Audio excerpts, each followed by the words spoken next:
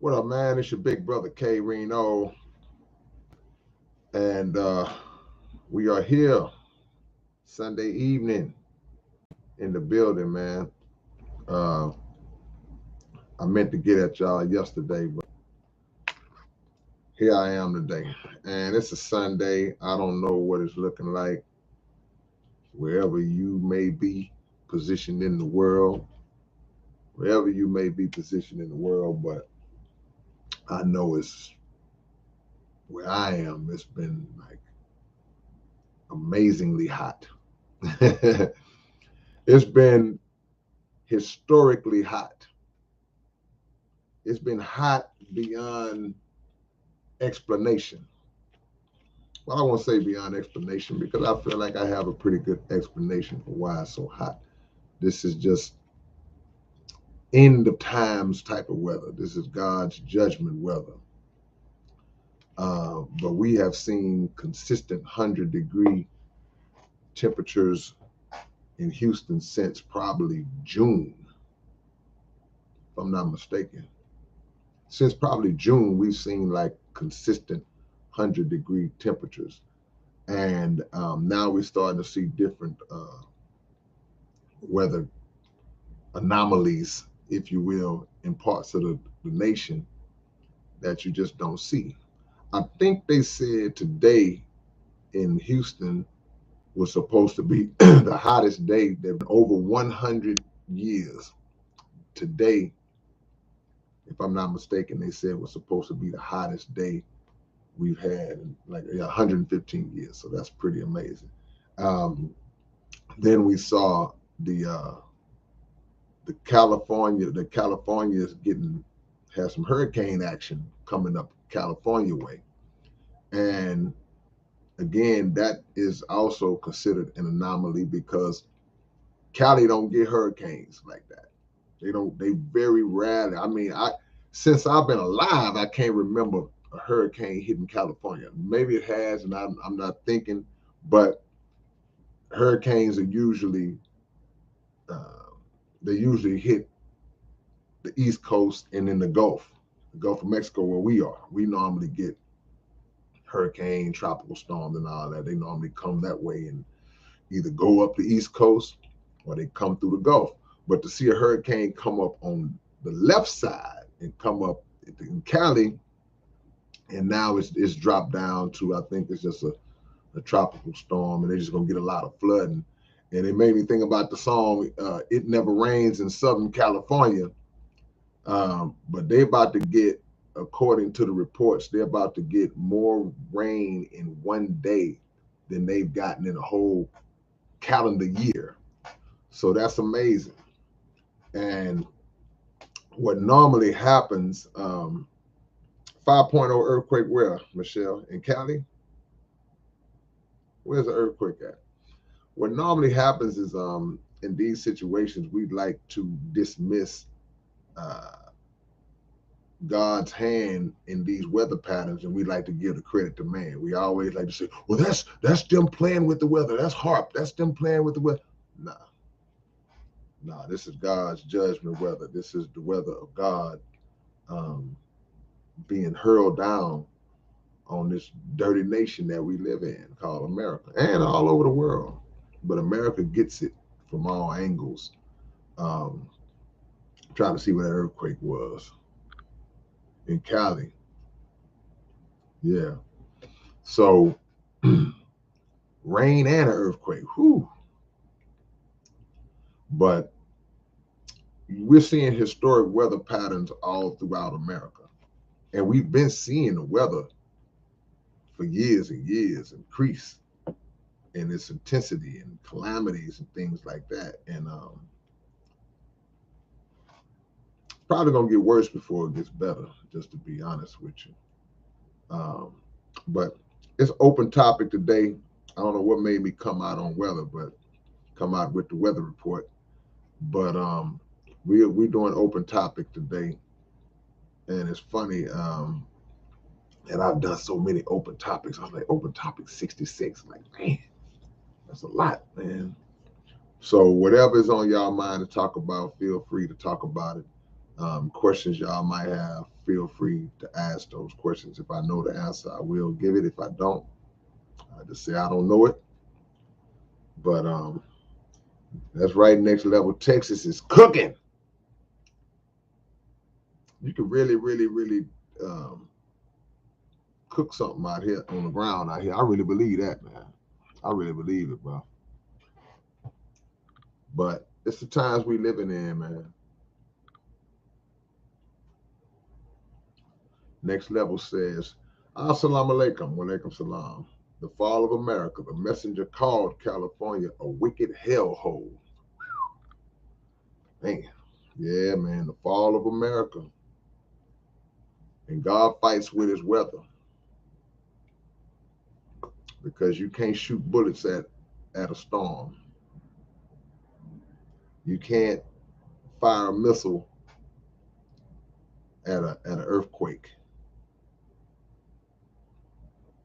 You can't mass incarcerate a hurricane or a snowstorm. Nothing you can do.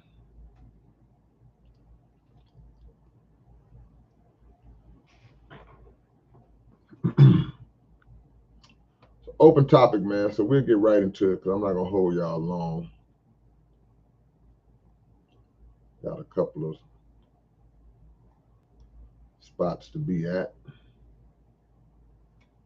Do I know who Dr. Stephen Greer is? No, I don't know who that is. I feel like that name has been mentioned before on one of my lives, but I don't know who that is. BD says, "Will the real K-Rino please stand up?" Well, I don't feel like standing up. I'm sitting down right now. So the real K-Rino is sitting down right now. Hey, how you doing? But I don't feel like standing up. I'll stand up when I get finished. Have I ever heard of Bobby Hemmett? Yeah, I've heard of Bobby Hemmett. Now Rod Hayes, haven't heard of Rod Hayes. Comma, is that comma chaos? Oh, cosmic chaos. I'm sorry.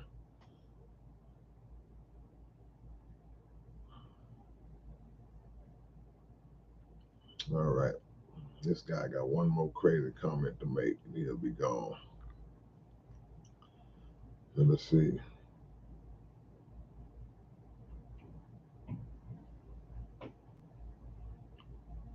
Hmm. Steve says we need a sample of the new album. Not yet, Steve. It's coming. Coming soon. Coming soon, man.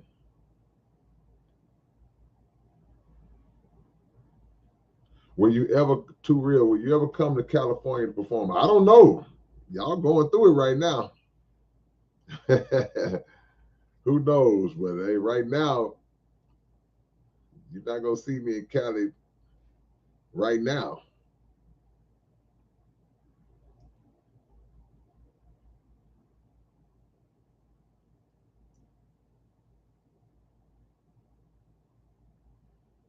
Okay. A lot of people waiting on a new album. I appreciate that. I see my homie Miami, Florida's in the building. Yeah, I appreciate that y'all are waiting on a new album. So what I'll do is I'll put the title of it in the I just put the title of it down for y'all. It's called Audio Optics. It'll be dropping soon, probably late next month, I'm guessing. And y'all make sure y'all support. I want y'all to support this album more than y'all have supported any of my albums in the last few years. And it's cool to listen to it on YouTube. That's cool, man. But it's better when y'all actually go make a purchase and buy the album. That's what real support is. It's easy to just go listen to it.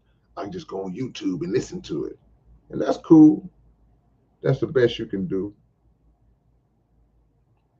But it would be more appreciated if y'all would just actually go and support the album. Because the reason I say that is because a lot of times people would try to place me on a plane with a lot of mainstream artists, right? So they'll say, well, man, this guy here, you should be where this guy is. You should be up there with them. And it, and they have the mainstream machine behind them. I don't do the mainstream machine. Y'all already know that, anybody who knows me. But the best way to even the playing field or level the playing field to some degree, it may not level, it may not put me exposure level where they are still, but it draws me a little bit closer when y'all actually purchase the album instead of just going on YouTube or listening to it with your homeboy. You know, I appreciate the support regardless, but I'm just telling you how if y'all say, well, K, you need to be, and well, it's a shame you don't get this spot. I mean, well, hey, how many of my albums do you have?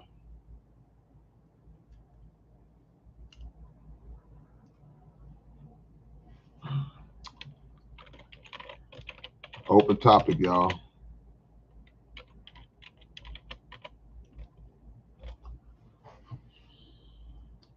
I see Prove All Things wanted to get the 7 albums at once. Go to southparkcoalition.net. No samples available yet, y'all, because I'm still recording, but it'll be soon.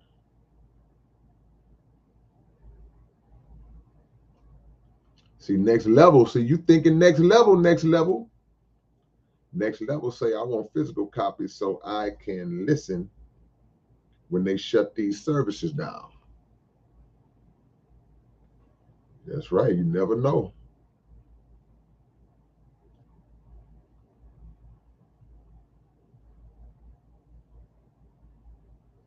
What you say, Michelle? Do what? Do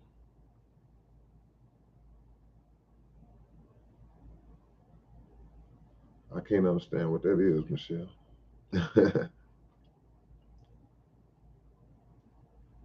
Appreciate the love, y'all. Some guy, we're gonna drop it probably in late September. Late September, mid to late September. What will audio optics topics be? 2.0. If you listen to my music, I'm all over the place. I talk about all kind of stuff. So I want y'all to do too, man. Subscribe to my podcast channel. That's it right there. I ain't got to type it in all the time no more. Appreciate the love. But we're gonna touch on some different stuff, man. We're gonna take y'all into some different regions on this project.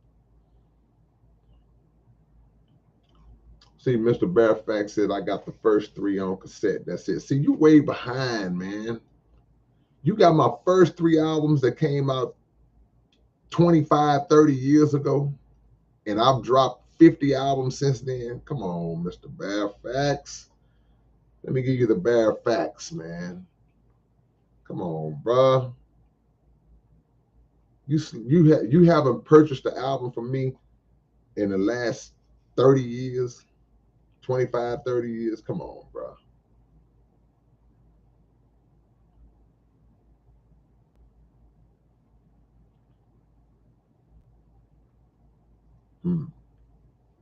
Open topic, y'all. Hand over fist said, "What's your best track that you feel you have put out?" Hard to say, man. Cause I got thousands of songs, man. And people ask me that question a lot. So what I normally do to try to get as close to an answer as I can, you got to break it down in categories. Because I don't just rap one way. I don't just rap about one thing. A lot of rappers just rap about one thing. Every song is basically the same song. I don't do that. So you would have to break it down into storytelling, lyricism. What else? What are the categories? They escape me right now. So it's hard, man, to pick one. I can't lie to you. I wouldn't be able to pick one. Is martial arts doing beats on it? Dollar Dollar Bill, yeah, Dollar Bill got a few tracks. Dollar Bill got the title track. Dollar Bill got the title track 2 albums in a row. He did the title track to Tell the K Nieces, and he got the title track to Audio Optics. He just, we just locked in, man. He know what to send me. He like, I think that Dollar Bill, when he makes beats, I think when he make a beat, it's like he already know, like, I know he gonna want this one. I really believe that he already know. He knows exactly what to send me. And a lot of the producers that I've worked with over the years, they had that feel with me. We had that connection. A lot of producers, they were like, I know who to send that to. Yeah. One day, if I feel good, I appreciate that, Freedom. One day, if I feel really good, maybe I think I did. Did I do that the last album? I played some of the beats. I just played some of the instrumentals and let y'all guess what I was going to be talking about. Do you know the artwork for the album cover? No, I haven't come up with a album cover concept just yet. I was thinking on some stuff, Michelle, but nothing has just popped in yet. How many songs are we getting? That's hard to say. No fewer than 14. So 14 will be the minimum, but it could be 16, 17. Anywhere in between 14 and 17.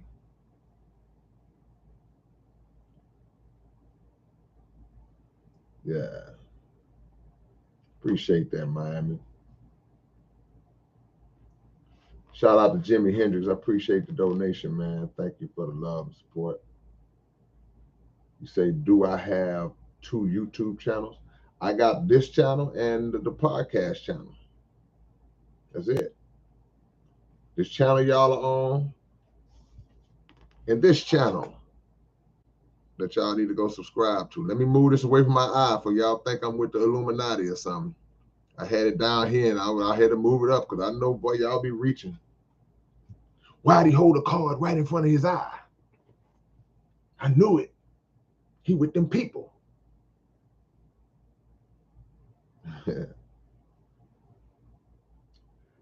Apocalyptic Ministers. Haven't purchased anything since A Long Short.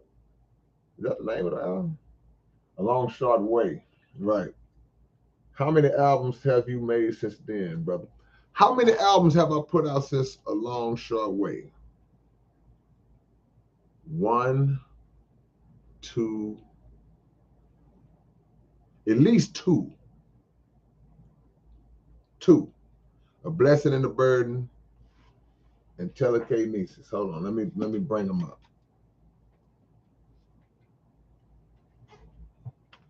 Disregard this autograph that's on this album. I accidentally autographed this. These are the 2 that I've dropped since then. So you can go to southparkcoalition.net if you want physical copies and get both, or you can go on iTunes and all that. I don't really push the streaming platforms that hard because we don't really make no money off the streaming. If you subscribe to a streaming platform, that's fine. However you get your music, that's cool. You got to do what's best for your pockets. See, I'm not one of them artists that try to make you do what's best for my pockets. You do what's best for your pockets. And if your pockets can only, hey man, I got to get the subscription where I can get all the music that I want for $10 a month. Hey man, if that's what your pockets can do, you do what's best for your pockets. But if you're able to actually go purchase a physical copy or go on iTunes or something and buy the whole album, that's a lot better. No, nothing apart from the podcast, Jimmy. I got 2 channels. That's it. Anything else that comes out as a K-Rino channel outside of this one and this one is not me. So you heard it straight from the rapper's mouth. What's up, Grant H? Miami, I want you to put that card in my album when I get it. Okay, cool. I got you. No problem. A. Dot says Team USA won. Anthony Edwards is a problem. Yeah, Anthony Edwards is a problem. He's a problem. I really hope that my team, the Rockets, I hope we got a player like him coming up in the ranks. It's two guys that I look at that could probably be him in a couple of years, and that's Jalen Green or Cam Whitmore, the guy we just drafted this year, the young rookie we just drafted this year, man. Because Anthony Edwards he's nice, man. Appreciate you, Anna Monarchy. Next Level said, who are the best artists you featured on a song? And who is your favorite artist you featured on a song? Who? Man, you asking some really good questions today, sir. See, best and favorite, that's what let me know you pretty wise, man. Best.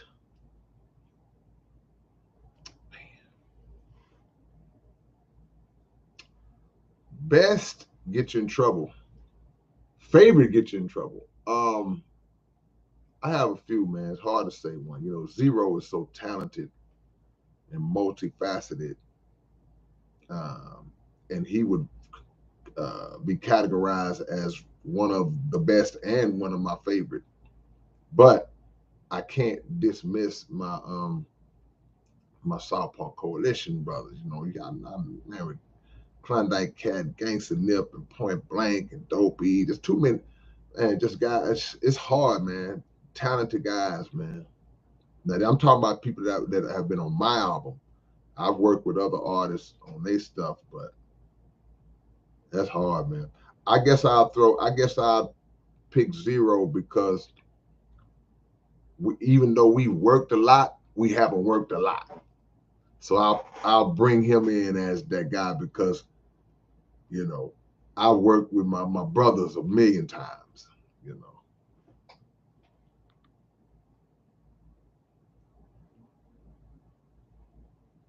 Open topic, y'all. What's on your mind? What's on your mind?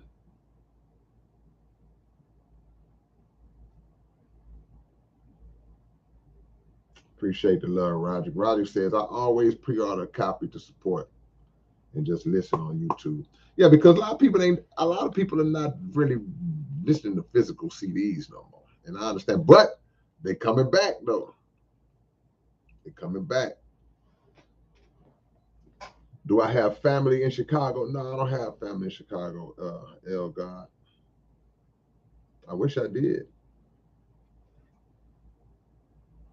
Peace, love, and lashes. What's going on? PL and L.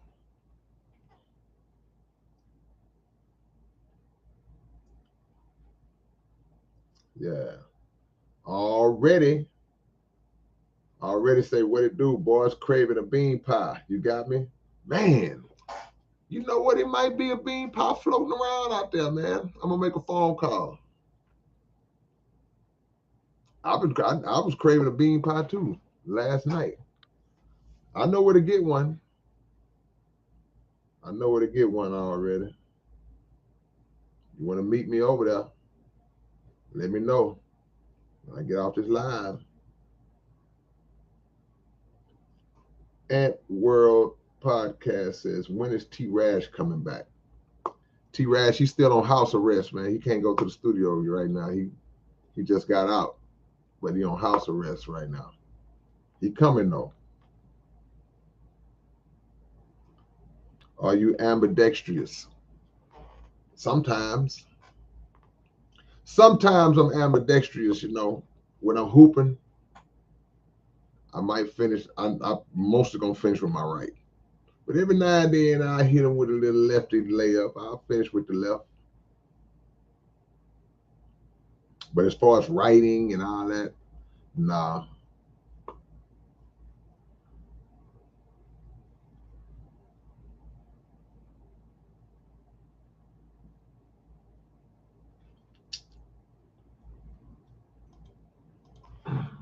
Let me see something.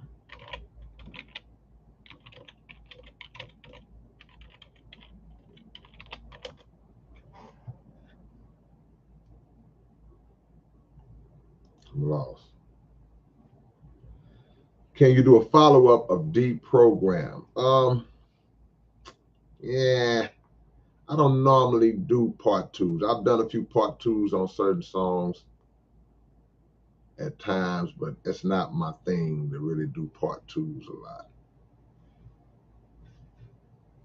Will you ever do a debate on the NOI and Minister Farrakhan preaching a false religion? Why don't you do a debate? Why don't you set one up?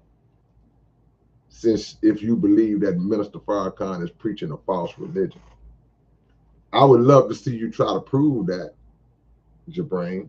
I'd love to see you try to prove that he's preaching a false religion. You could try it now. You got people watching, and I'm right here. You could try it right now to prove that he's preaching a false religion.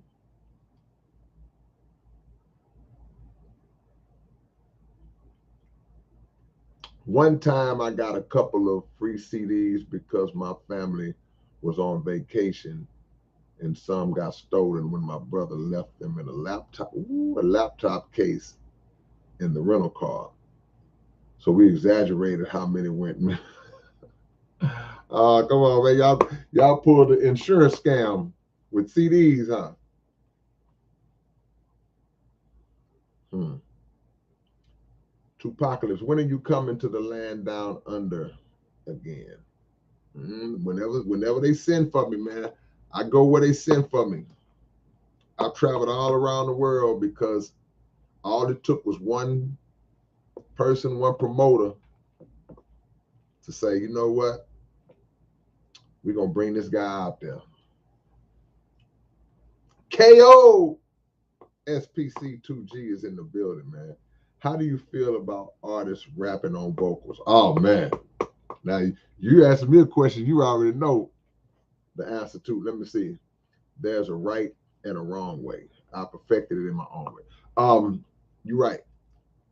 I don't like when rappers perform live and they rapping over their vocals. I hate it.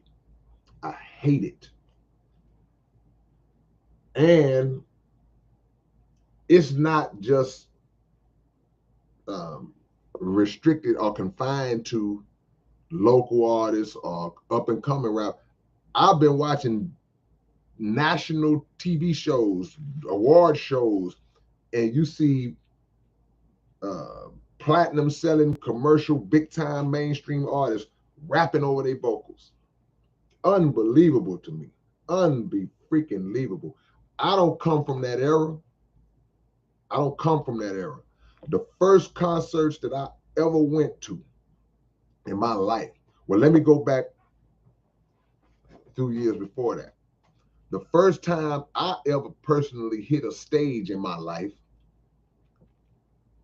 I didn't have no records out. I was a kid. I was a teenager. I was a young fella.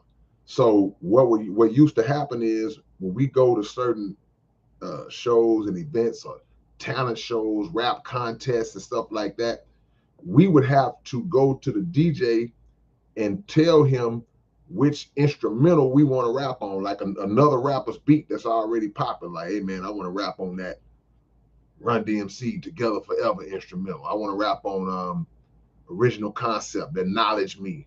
You just go pick an instrumental. And so from day one, we was rapping live. And these are not songs that we had out, so nobody knew. We were just rapping stuff we had wrote.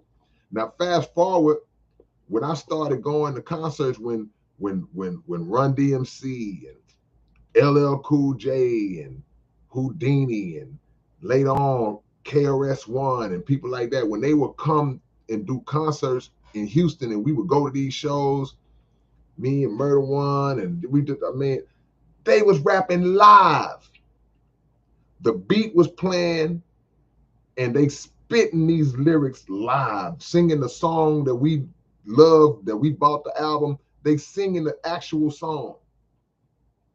So at some point down the line, and they was kind of doing, you see people do it back then, because I'll never say who this was because I got too much respect for him as a rapper. But one time, this rapper that we all know, one of the greatest ever, he was lip syncing. And as he was lip syncing, the record skipped. Now picture they playing the record and you lip syncing, and while you lip syncing the record skips. So now everybody knows you lip syncing, which we all knew anyway because you sounded just like the record. We knew it was the record playing. So fast forward to 2023, everybody, 95% of rappers is rapping over their vocals. And the problem with that is that it's a disrespect to the audience that came to see you, or even if they didn't come to see you, they just happen to be there and you performing, they're still giving you your time, their time, I mean, because let me see what he's talking about. And it's like, number two, it doesn't sound as good. The clarity is not there because the people are hearing two voices. And if it's jumbled up, if you're not precisely rapping on top of your own vocals, sometimes it's jumbled up.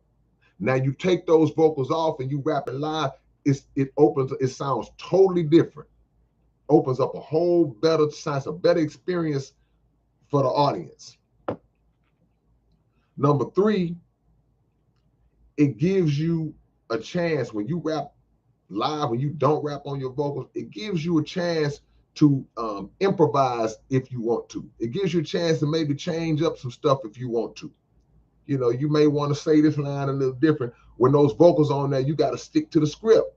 Otherwise, it's going to really be jumbled up. So those are just the pros of not rapping on the vocals. Now, some people say, you know, it's well, man, I rap on my vocals just in case I forget the lyrics, and then I can hear it, and I can jump back on where I was. I can hear where I am. Well, you know, me being a person who's been known to forget a lyric or two on stage, hey, man, that comes with the game. So that means that me, you, that guy, that girl, we got to rehearse a little better and tighten our stuff up and be more prepared when we get on stage so you won't forget it. And even when you do that, sometimes you have a brain lag. You do so many shows, a time going to come when you're going to stumble on a lyric, you're going to forget something you performed 1 billion times. So to me, that's an excuse. Learn your song. Do the best you can. Now, I don't have a problem with hooks and ad-libs being on the instrumental. I don't have a problem with that. You know, if the ad-libs are on there, that's cool. All right, no problem. If the hook is on there, cool, no problem. Because, you know, you may be up there by yourself. You know, you may not have a hype man. I might not have KO on stage with me. You know, one of the best hype man / host in the game. Y'all don't know that. KO SPC2G. But if I don't have a hype man on stage with me, you know, normally Rapper K will be up there. Sometimes Murder will be up there. Hey, man, I rap for real. So the fact I'm up there really spitting, I'm getting it in for real. I'm giving you the real deal. When that hook come in, I need a little break, you know. So sometimes the ad libs may give you a break, but you need to be rapping your rap, bro. You need to be spitting that verse. Them people need to hear that, especially if you got songs that people know.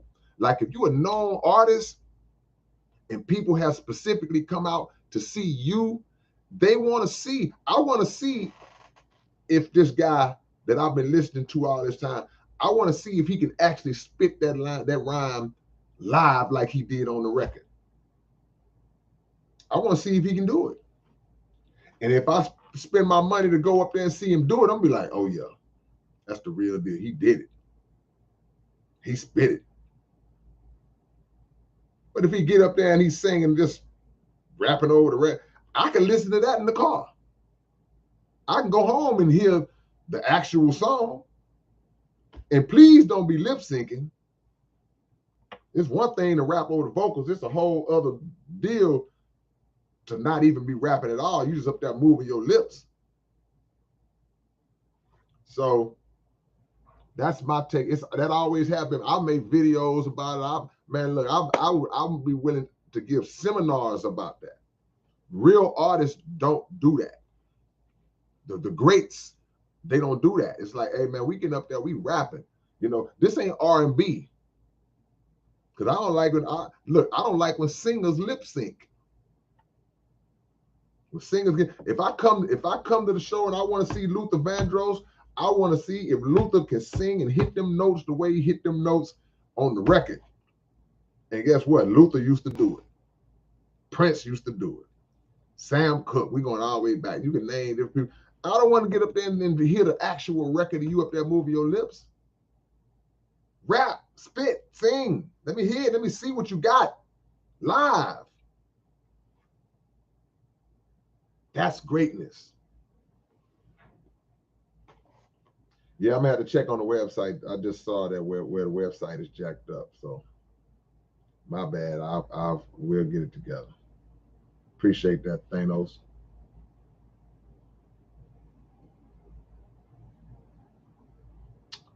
Let me go back because I was talking a long time. Will you make a song with Lauryn Hill? Probably not.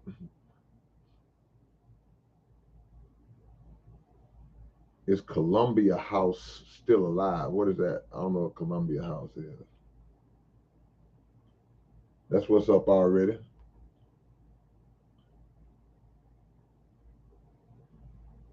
Please do the Burden Road. People mentioning that song a lot lately. One of my homies last week was like talking about. He said he just got through listening to the Burden Road.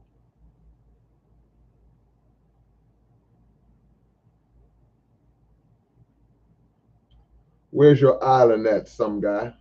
You said, I hear Farrakhan came to my island once in the 90s. He used to go to lots of black countries and do talks and blacks used to claim Islam a lot more before 9/11. The minister been all over the world teaching Islam, but not just teaching Islam in the form of the religion itself, but him understanding that Islam is more than a religion. It's an actual way of life. It's the nature of the original man. So he just speaks to that nature. He speaks that life.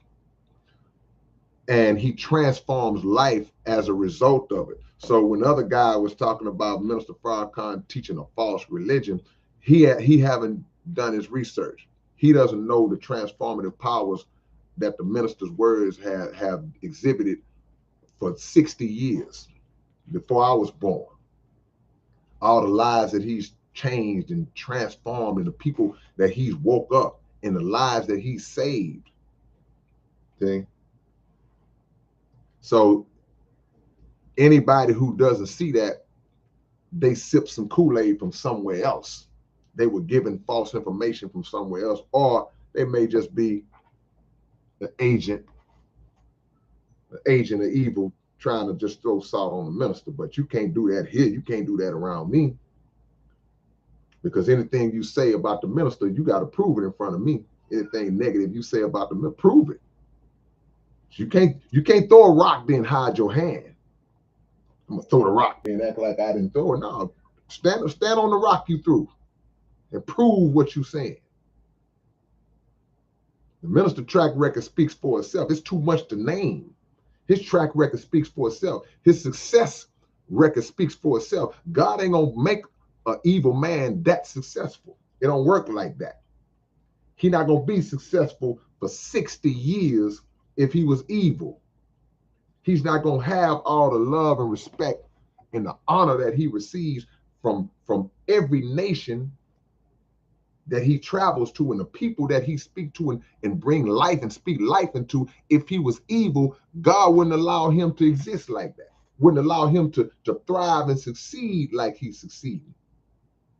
Talk to the people he's raised up, the people who was in the mud, the people who was at death's door, the people who was sick, the people who was mentally ill, the people who was broke and destitute and spiritually dead and bankrupt. Talk to all those people that he raised out of that condition and tell them that he's teaching a false religion.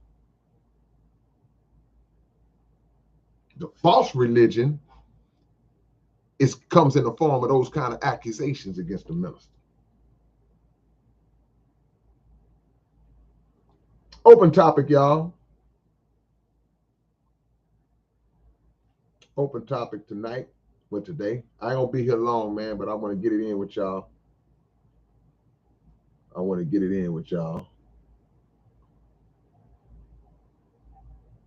Appreciate the love, Deck P. When are we going to see DJ Premier collab? Who knows, man? It may come. We talked about it, years back. And me and DJ, we've done some work together. I've worked on a project that him and his artists put together, man. I was honored to be a part of it because DJ Premier is one of the handful of real ones that's in this industry. And when I say real ones in this industry, I'm talking about that are on that high level. He one of the real ones. He not Hollywood. He not fake. He not this one of the real ones. This man is known in every circle. He's worked with every artist from the highest, the top of the mountain all the way to the valley, and he never changed up. You don't see that on that level. Now, in the underground, there's a lot of real cats in the underground. Some of them act Hollywood. But Primo ain't never been like that.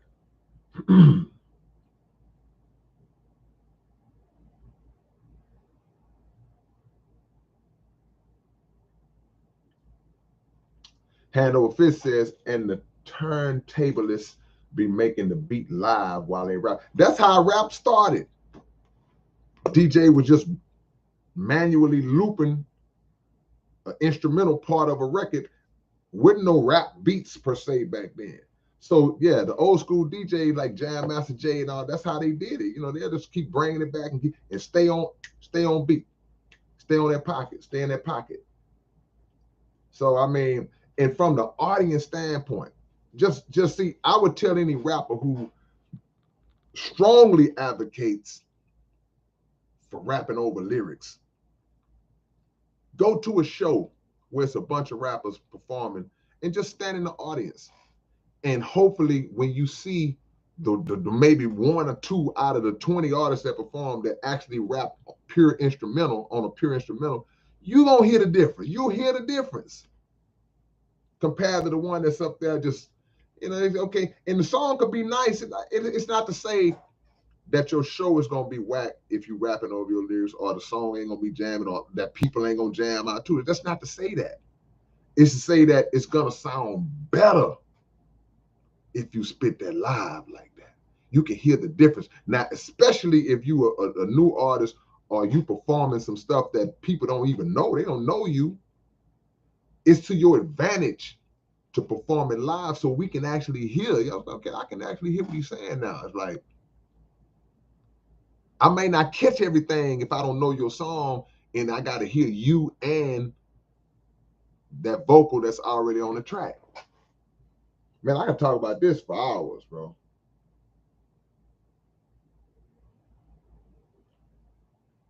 CPT Not says it's phony and not authentic. I can listen to the CD at home. That's what I say. Buster Raps Live. What is their difference between using in ears? Hold on, let me see. What are you saying? Are you saying what is the difference between using in ears? It's the same. You probably got to write this again, KO. You do yours live sometimes. You don't rap the song. that goes to the track. Yeah, yeah. Right. That's another thing. Well, see, that's just something I do. I might rap a totally different song to a totally different beat. They don't even go with that. It's like, hey, that ain't that song. He rapping that verse to that beat. But that's the option that you have. Hold on, we got Mr. Cap in the building. What up, Capellini? Capellini. Cap says, and it allows you to actually MC. You can't MC on top of lead vocals. You can't. You cannot MC on top of lead vocals. You trapped. You have to stay in that confinement because those vocals are on there. They're not going nowhere. They are there. So you can't get on no other stuff because now it's like you hearing two different people talking at the same time. You know? And again, my question would be, what's the problem with just rapping your song? What is the benefit? That's what I would ask. What is the benefit of rapping on your vocals? I guess that's the question I have never asked. So anybody that are strong advocates of, man, I got to rap on my vocals. It's like, what is the benefit? Why can't you just rap your song live without the vocals being on it? It's gonna sound better, man. Trust me. And you know when it really sounds better, you know when it really helps you out? It helps you out when you do shows at venues where the sound system is whack. We've all done it. We've done shows where the sound is trash. And when the sound is trash or the mics are trash and you rapping over vocals, it really sounds bad. But if you're not rapping over your vocals, the system is still trash, but they can hear you a little bit better because you're only competing now with one voice, and it's a live voice. So I just want to know, why is that a thing in the first place, to rap over your vocals? I'm seriously curious to know.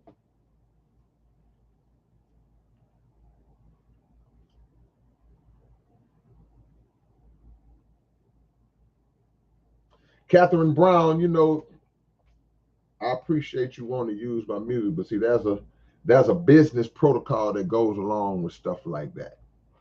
So I can't just offer up, my work like that unless we go through the proper channels to handle the business aspect of that. Otherwise, it's nothing against you. Otherwise, everybody would just be, well, I'm gonna use it, I'm gonna use it, I'm gonna use it. And then if there's somebody that uses some of my stuff for a project they may be doing, and then that project they do starts generating revenue, and I'll just say, hey, yes, use my song anyway. I'm cheating myself.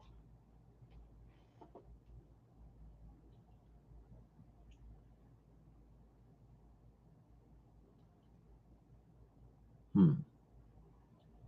Do you think you have more material than 90% of rappers, including all of your feature? I think I'm up there, Jovan. I'm up there. I'm up there, Jovan. I ain't gonna lie. I don't think you can't name many rappers that got over 50 albums. You can't do it. So that alone, in my opinion, puts me in the top 5% of artists with catalog. I think I'm in the top. I don't think you can name 10 artists that got more catalog than me. There's people that I don't know about. There's people I haven't heard of. Y'all might, well, no, this guy. But right now, I can't think of nobody.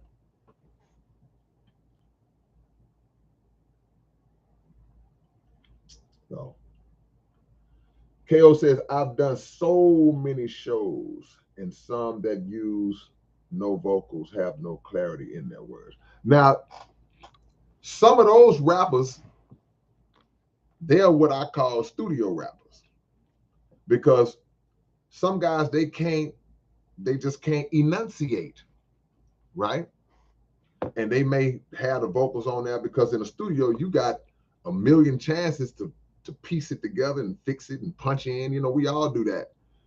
Hey man, you jumble that word, go back and say that. And so on once the record comes out, okay, yeah, it sounds good, but some guys can't articulate live. They gotta fix that. And that represents us just a small percentage. The rest of these cats, they speak clear enough to where they can't use that as an excuse.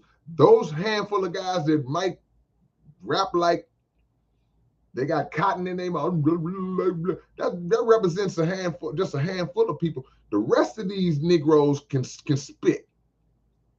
They just, for some reason, they want to leave them vocals on there.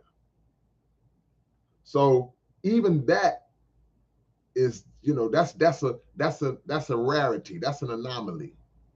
Some cats get on stage and be drunk, and they can't articulate it. However you choose to get up there, you have to deal with the consequences of your condition when you get up there, if that condition is self-inflicted. But I don't get at a pass, you know, and I'm different. I'd rather the guy, if you getting up there spitting live, even if you may not be able to just, I'm gonna give you credit for the attempt. I just feel like it's a bailout to rap over them vocals. It's like, you know, and I just don't think that there is a portion of rap fans that don't care one way or the other. I believe that. I think if you polled rap fans, there would be fans that would go, nah, man, I hate that. I don't like that rapping over vocals. But I feel like there would be some that would be like, it don't really matter to me. Or some that may even be aware that this is even the conversation, right? Like, I never thought of it. You're going to get all that.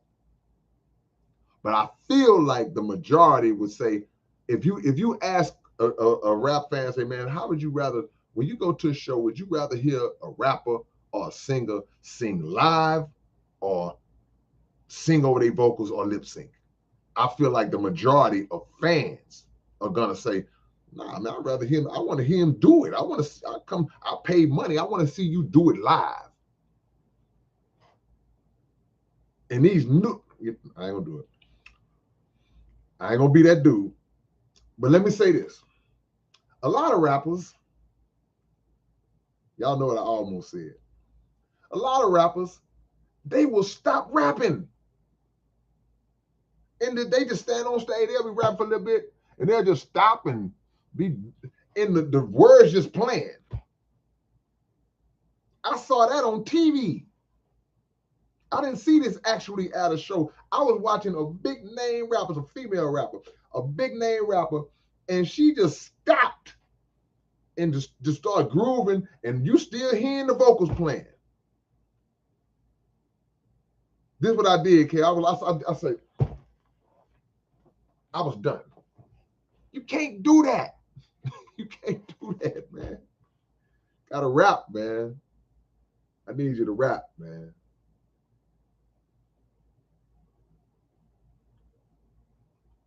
Open topic, y'all.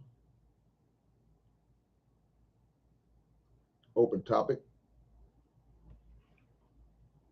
See, you got some songs where you on that bad boy, you just, you spitting hard. Okay, if you need to throw an ad lib on the background track, yeah, that's cool, just to give you a way to breathe. Because some of this stuff that we say, I know personally, I got songs where, man, I gotta punch that stuff in. I can't. It's no breathing spaces in it. You can't do that live. Okay, so you can stick a little ad lib in there. One word, give you time to catch your breath and keep going. Deck P, will you ever come to the UK and Scotland? I've been to the UK and Scotland. I did a show in Glasgow, like 2014. Yeah, I was in Scotland in 2014. I did a show in Glasgow, and I did 2 other shows in the UK around that time. Hope to come back.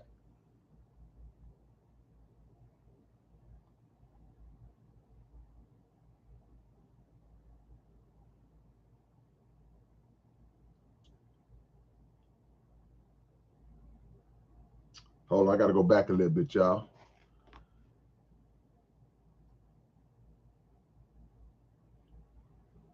Bill Silas, I only know E40 and KRS-One. What, that got a lot of catalog like that? Yeah. Yeah, that's what I say. I know E40 got a lot of albums. I know KRS-One got a lot of albums. It ain't many people that got 50 plus with the quality to go with it. Okay, Jabrain, Farrakhan is not bad, but Islam, orthodox or unorthodox, is not a true religion. I can't prove he is not a prophet. The burden of proof is on him or you to show us the evidence. Well, first of all, going backwards, I never said Minister Farrakhan was a prophet. And furthermore, guess what? Minister Farrakhan has never said that he was a prophet, not one time. So that came out of your mouth. I don't know where you got the prophet part right. So there's no burden of proof on me, the minister, anybody to prove that he's a prophet because he's never professed to be one. So let's cancel that out the way. So you said Farrakhan is not bad, but you accuse him of preaching a false religion. So if a person preaches a false religion, knowingly preaching a false religion, that will make him bad. So that's a contradiction to your first statement. So you say, but Islam, orthodox or unorthodox, is not a true religion. How can you say that Islam is not a true religion? You have to be able to prove that. See, I don't know what religion you follow. I'd like you to answer that question. But see, I can prove that Islam is a true religion. The Islam, that word Islam is an Arabic word that means peace. It means submission to do God's will. Peace in submission to do God's will, there's nothing bad about that if that's followed in its proper way. So I don't know whether orthodox or unorthodox. I don't know what you getting that from, but that's not accurate what you're saying. You following somebody have taught you something that you're just following behind because they said it, but you don't have anything substantive to back it up. You got to show me. You got to show me where it's a false religion. Would you put quality over quantity? I'll go a step further than that, Jovan, because a lot of people would speak about quality and quantity, and I'm assuming you're talking about music, but you can equate this to anything.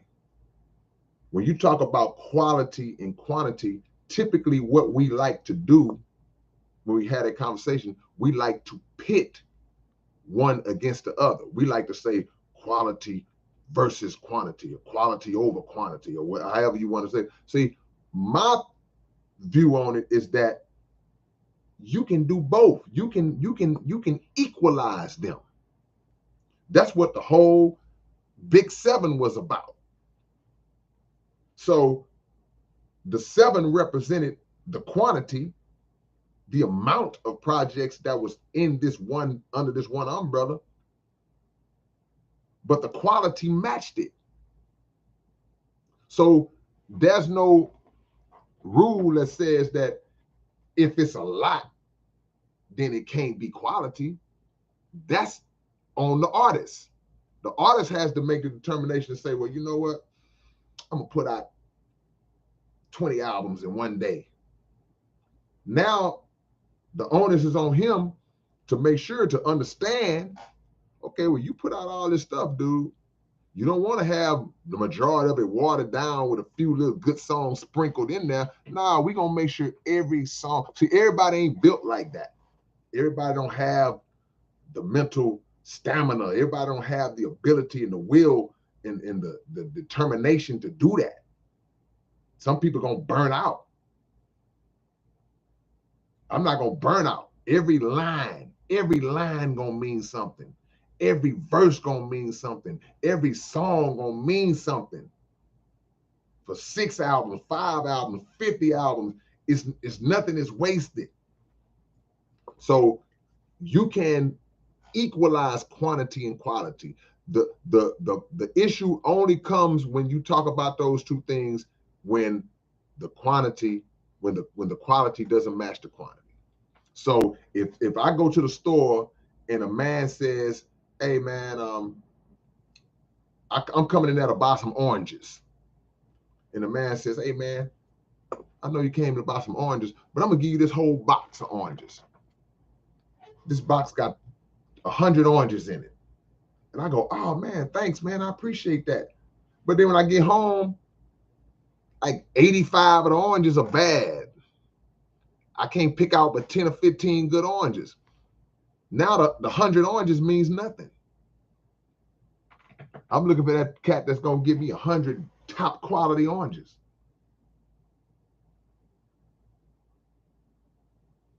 But if you had to choose as a consumer, that's why I use the orange example, then of course I want quality over quantity. But if I'm the producer, I'm gonna give you both.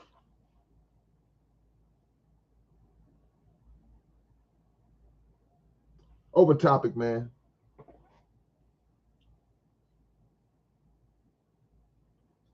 Yeah, I agree, Jovan. You can have 20 albums, but if the quality is garbage, it doesn't matter. You can have 3 albums. No, absolutely. You telling the truth. That's a fact. I agree with you 1,000%. I said a line like that. I can't remember the line I said. Might have said it on the Big 7.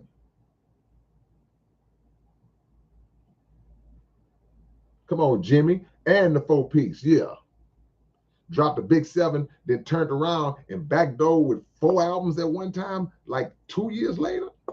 Come on, man. That's 11 albums in 2 years. Some people ain't got 11 albums in their whole catalog. The enemy's public. Everybody doesn't have the work ethic either. True indeed, man. There's no ceiling on creativity unless you put one on your own creativity. Bill Silas says Biggie got 2 albums and he's considered as a great. Yeah, and they were 2 quality albums. Now, his position in the pantheon of the all-time greats is has been debated and is debatable among certain people. But for his name to even be in that conversation, even though he only has 2 albums, that means that somebody saw the greatness and the quality in those 2 albums.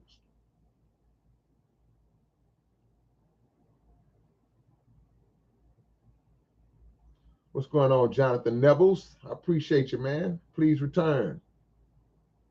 That go dollar bill. There you go right there. We just talked, man, we was talking about you, man, before you got here. We was talking about you before you got here, man. And now here you are. Catherine, here's my email. That's my email address, Catherine.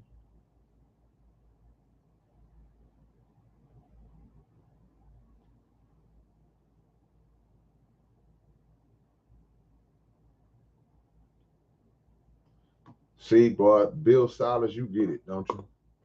That's what I'm talking about. Says, I remember the line you said, assuming the length of it makes it great is a common mistake. See, that's a quality issue. Let me cut this light on, man. I'm getting darker and darker as the sun goes down. That's a quality issue. Because I remember that line. See, this might get me in some trouble, but I'm going to say it anyway. This might get me in some trouble, but I'm going to say it anyway. This has been going on for as long as I've been in the rap game.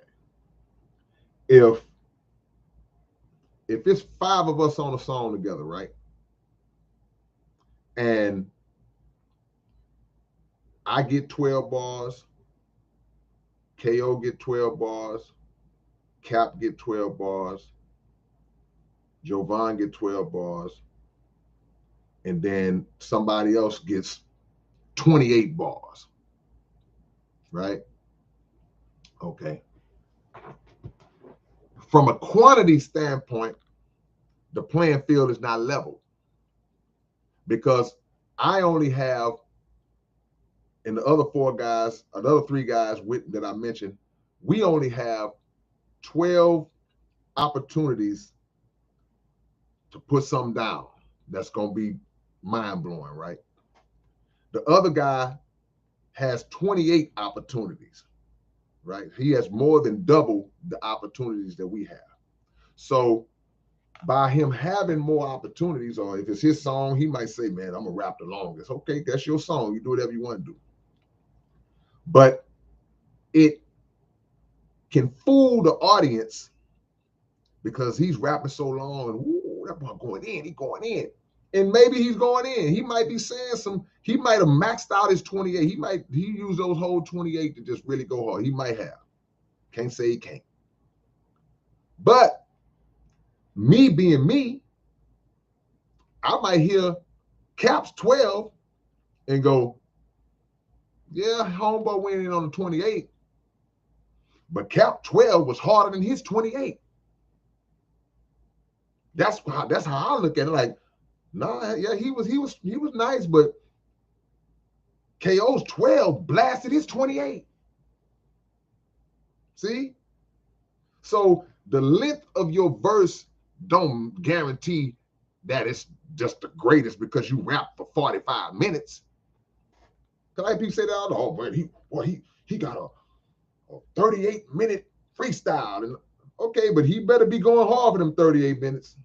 It can't just be just a bunch of stuff in that, and every now and then he'll hit you with something. Can't fool me with that.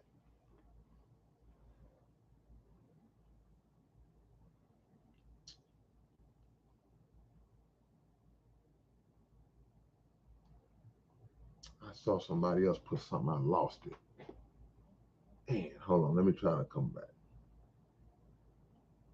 I lost it right in my mouth. Hold on, let me go back, y'all. It's open topic, man.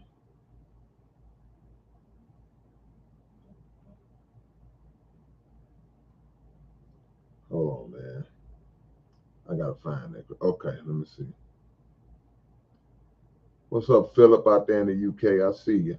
I see Bubba Seeds in the building. See, my mind frame is if I get 40 bars and I know everybody else got 16 on the song, the pressure's on me. Straight up. Because it's gonna be a fan, a listener like me, that's gonna say, well, they gave him all that time to rap, and that's the best he came up with. See, I'm different. I'm not gonna even take more bars than everybody else. If we all on together, we gonna have the same amount. Because I don't want nobody to say that I'm trying to manipulate and he gave himself 60 bars and everything. Because people get fooled by that.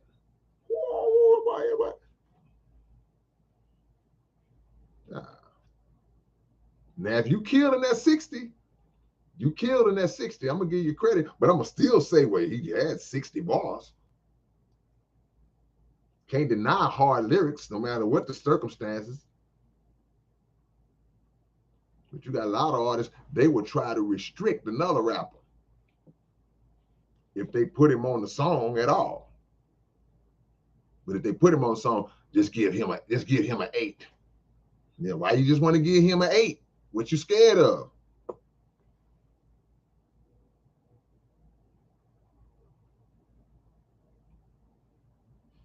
And see, don't get me wrong, I respect Biggie.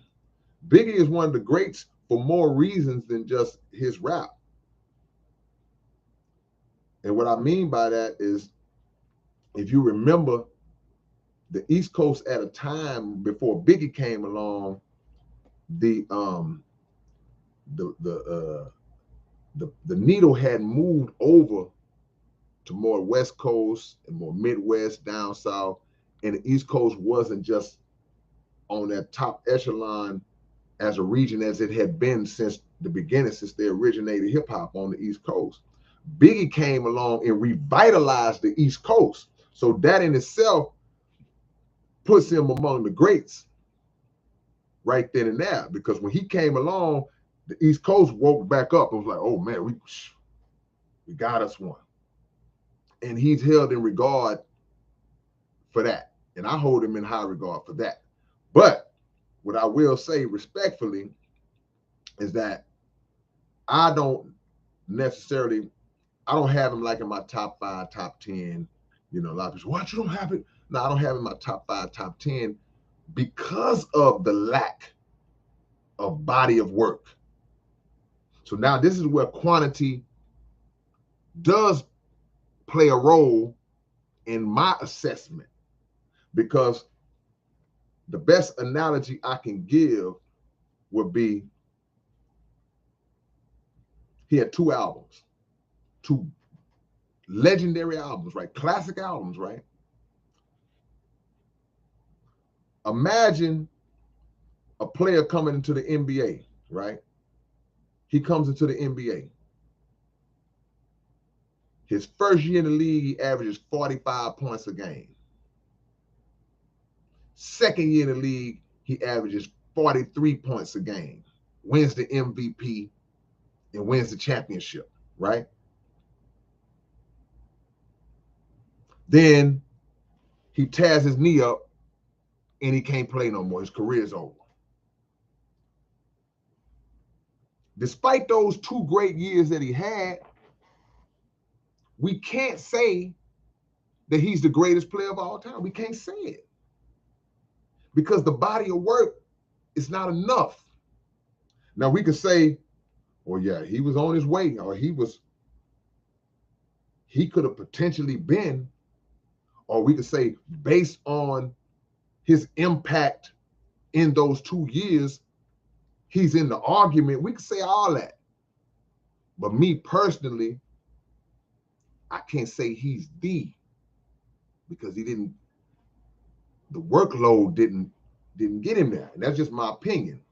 I don't want to offend no Biggie fans out there. But I hope y'all understand my point of view. You know what? I never did a show in Mississippi before.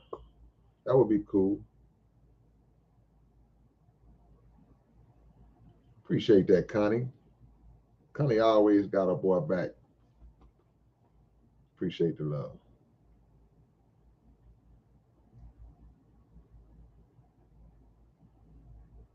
See, Mr. Farrakhan is about the goal and the means. Jabrain, you can't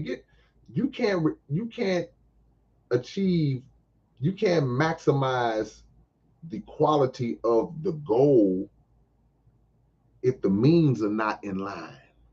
It's like a math problem, because you said Farrakhan is not bad in the sense that the goal is more important than the means.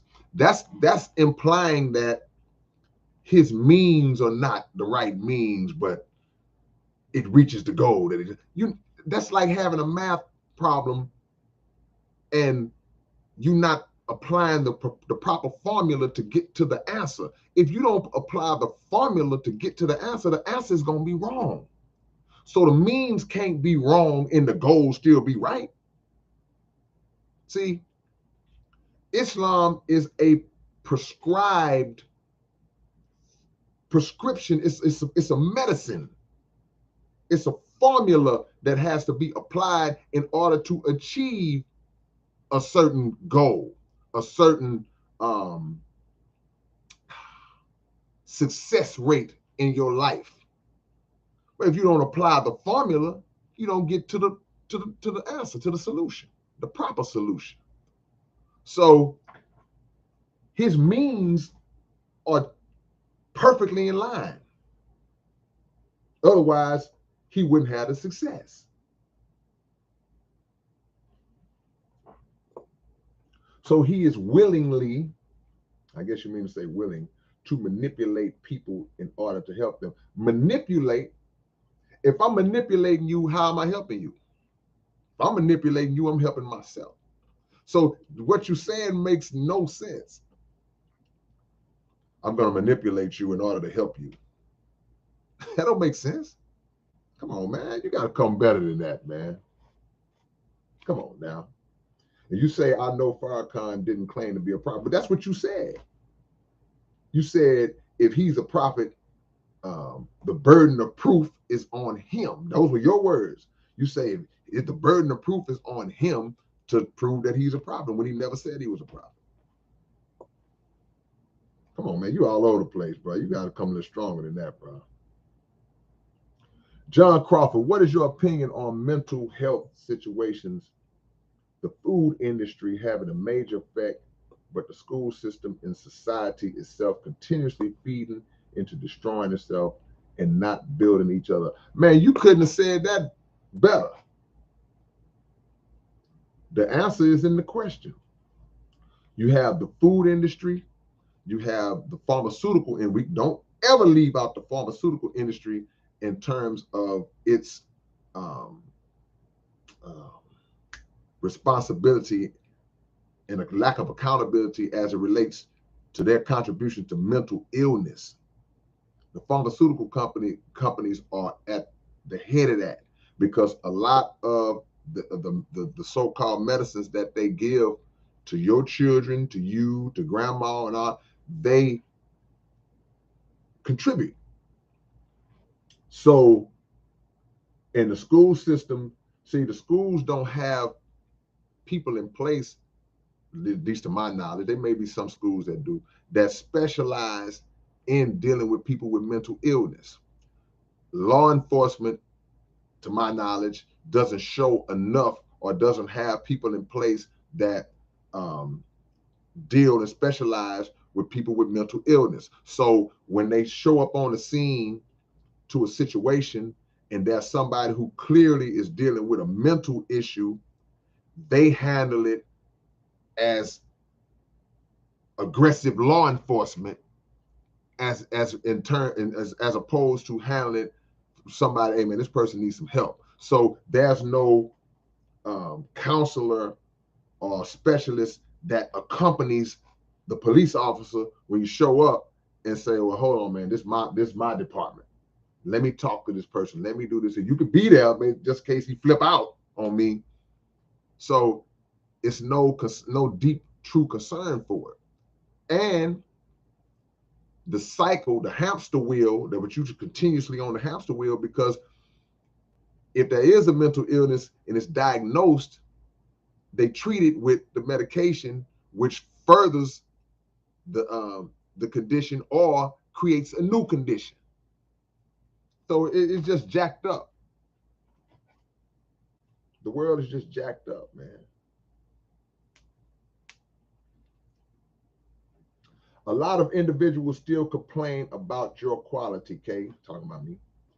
I don't even know why. I just can't help but to laugh. But every bar from you is mind blowing. Well, here's the thing, Jovan. You're not gonna satisfy nobody.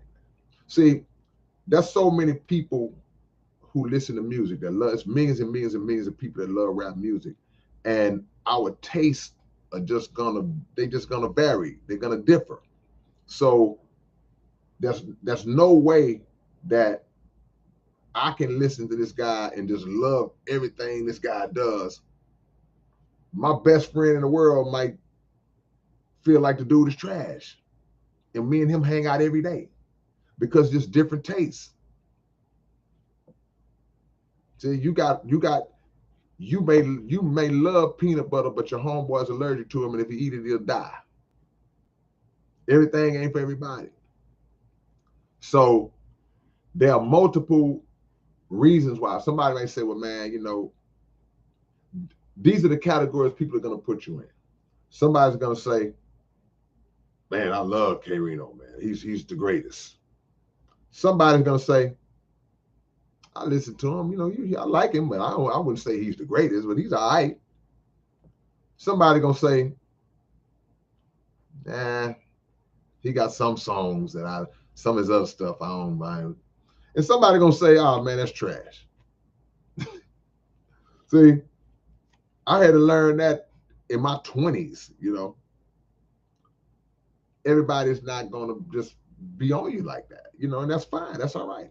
See, I respect anybody's opinions about me unless those opinions are coming from a place of just obvious, clear hate.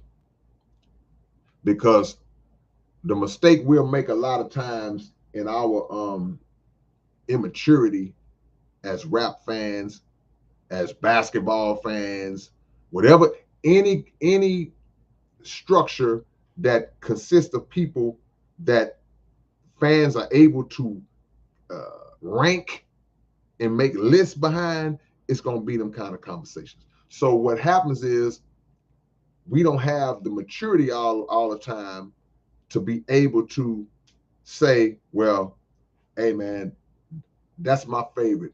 I think he's the greatest. And I don't have the maturity to go, okay, well, yeah, that's your opinion. I like him. Instead, I gotta go, man, that dude ain't the greatest. Man, that dude, he ain't better than such and such. See, that's how it starts. Man, you crazy. See, because now when you say that my guy is trash and he ain't better than this guy, now I feel like you've attacked me. So now I gotta call your guy trash and attack him. And your guy may not be trash. Your guy may be great too. Meanwhile, the two subjects of the conversation, we don't have no say in it. We just like,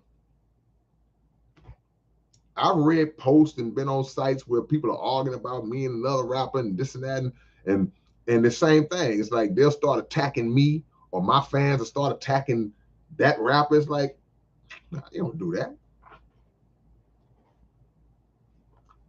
I can be a vegetarian without disrespecting and insulting people that like to eat meat. We just don't agree.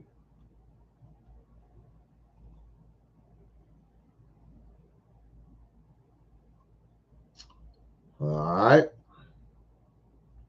Baby G, I feel you have a song for everybody. Never trashing. I appreciate that, Baby G. That's the goal, man.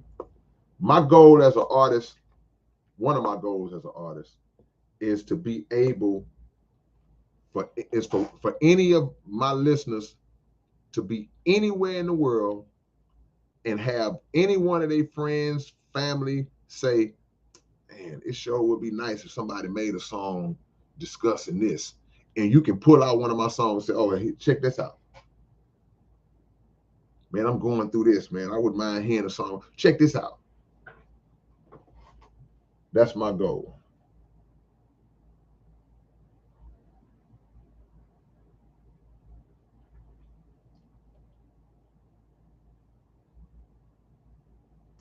Raw Naked Truth. Yeah, I don't know why I always seem to drop an album close around my birthday, for the most part.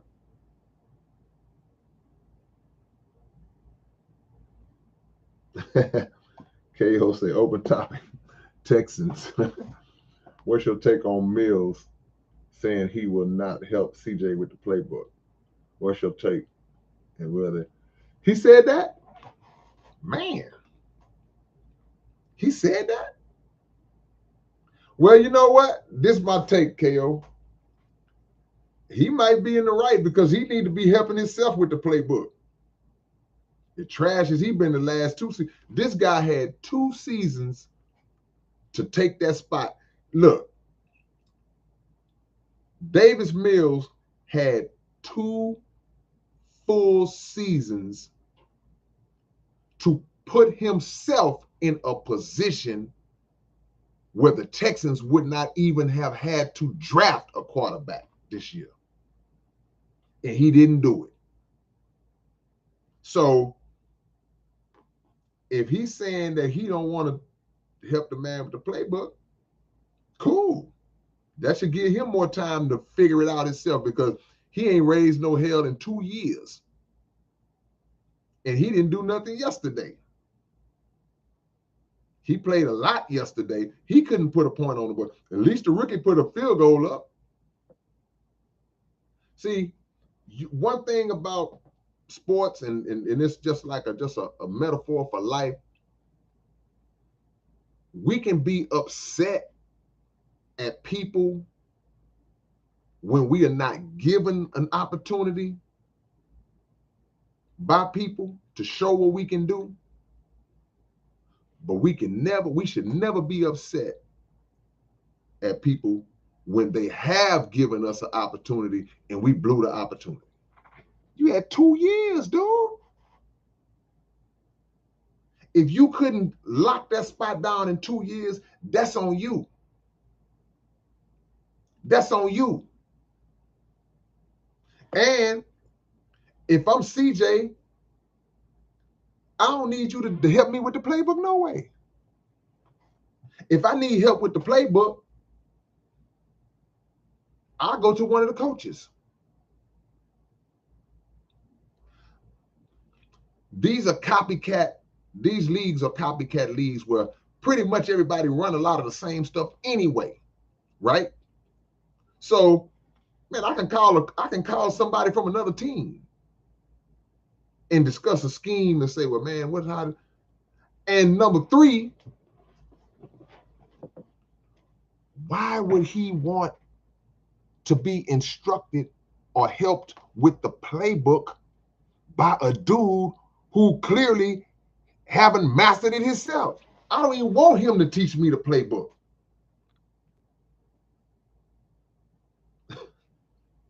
I can see if Tom Brady tell me, I ain't gonna teach him the playbook. What if Aaron Rodgers was on the team with him and said, I'm not teaching him the playbook? Now, I would feel like that's kind of salty, but I would at least be able to say, well, you know what? Ain't nothing I can say about that. I would love for them to teach me the playbook. But how would Davis Mills don't want to teach me the playbook? Thank you. Because the way you play, I don't want to learn how you know it no way. See, sometimes we make the mistake of getting upset about not receiving help from people who we don't need to be trying to get their help from anyway. Man, my dad never gave me good advice or never gave me any advice. Man, your daddy was in and out of jail, couldn't keep a job,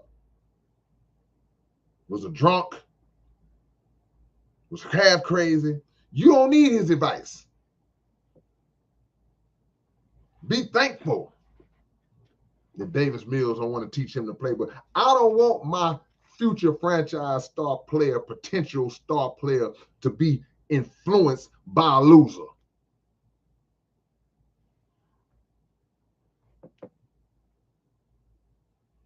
That was a story that Kenny Smith told one time, the basketball player, for some of y'all that don't know. Hey, Lemmy.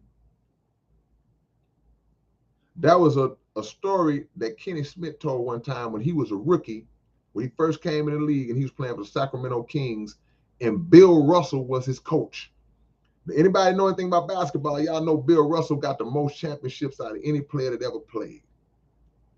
Michael Jordan got 6 championships. Magic Johnson got 5 championships. That's 11. Bill Russell got 11 by himself, right? So he's the greatest winner of all time in any sport. He was coaching Kenny Smith as a rookie, and Kenny Smith said that Bill Russell used to tell him on the plane, he said, hey, sit next to me. And Kenny was like, man, I don't want to sit next to the coach. I want to be back there with the players, hanging out with my homeboy. And he said, man, why you always make me sit next to you, coach? He said, because that guy's a loser, that guy's a loser, that guy's a loser. He don't want you around losers. I don't want you rubbing off. I don't want that losing energy rubbing off on you. And that's how we need to think. So y'all, oh man, that's messed up. No, it ain't messed up. You become a product of your environment.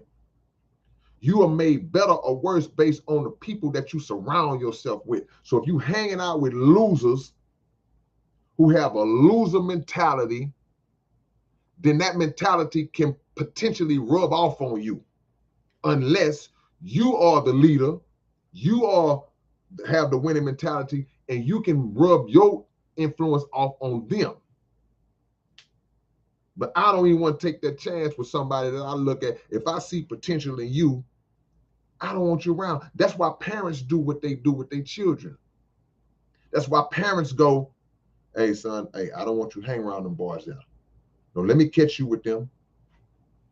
That's why parents say, hey, daughter, I don't want you hanging around them little fast girls. I don't want, no, you stay away from that girl there. Because they know what they do. That's my friend. Nah, she ain't your friend. He ain't your friend. They're going to get you in trouble.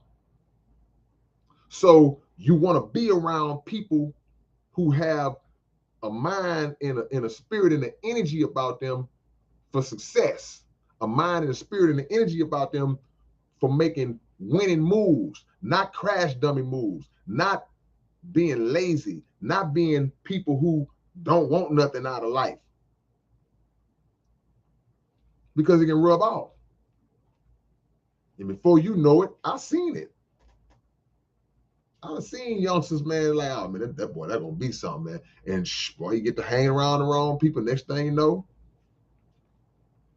you're a lazy weed head, ain't doing nothing. Come on, man.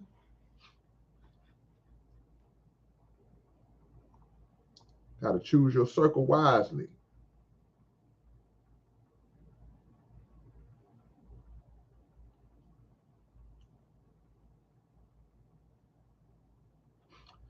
John Crawford says, K-Rino, what is your opinion about Jesus being a representation of yourself that's going inside yourself and finding your greatest you, or even Jim Carrey? Hold on, now you threw me out. You lost me at the end. Jim Carrey and sexual alchemy. Is that like the same thing, or that's two different subjects? Because you were saying one thing, and all of a sudden Jesus turned into Jim Carrey and sexual alchemy. So is that two different? Are you asking me about Jim Carrey and sexual alchemy separate from the first question? I don't know nothing about the Jim Carrey and the sexual alchemy part. I don't know nothing about that. But you make a good point when you say Jesus being a representation of yourself that's going inside yourself and finding your greatest you. Okay. Mr. Farrakhan gave a lecture years ago, and I don't want to misquote it. I got it. I think it was called the Four Jesuses. It's called the Four Jesuses. And what he spoke about, in a nutshell, he talked about the historical Jesus, meaning the actual man. Now, don't get me wrong. Now, let me say this for everybody start coming at me. When I say the word Jesus, I'm speaking it strictly for identification purposes. Now, we know his name is not Jesus. We know that was not his actual name. All right, so let's get that clear before somebody come out of left field. But he speaks about the historical figure, the man who actually walked this planet, Jesus, that man. But he also speaks about a prophetic Jesus, a man who that Jesus was a sign of, right?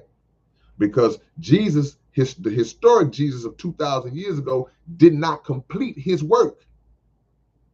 He spoke of one that was going to come after him, that was going to bring the world into all truths, right? So that's another Jesus. Now in the Quran, it says Jesus and his mother Mary were made as a sign, right? So there's another Jesus after that Jesus. Then there's another Jesus after that one that represents us, to speak to your question. Because when it says Jesus would raise from the dead, right? If Jesus rises from the dead, we take that as meaning a physical grave. He was dead, physical grave, body out of there, and then in 3 days he rose. But the way the minister explained it, it represents Jesus's spirit, his energy, his way, his works rising up out of a dead people, of people who did not know life, of people who did not know truth, that people being us. So we become a representation of that Jesus because he rose out of us. We are the dead. So that was a good question that you asked. And I'll watch that video again to get more brushed up on it, because I gave you like just the foundation of what I remember about it, but I didn't get into the crux of it because there's a lot that I got to learn about it too.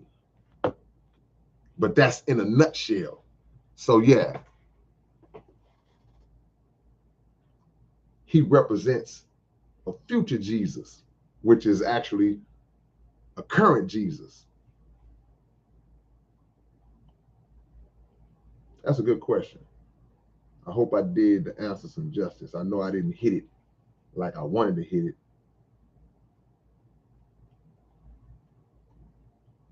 Got a few more minutes, y'all. Quay Shaka, what's going on?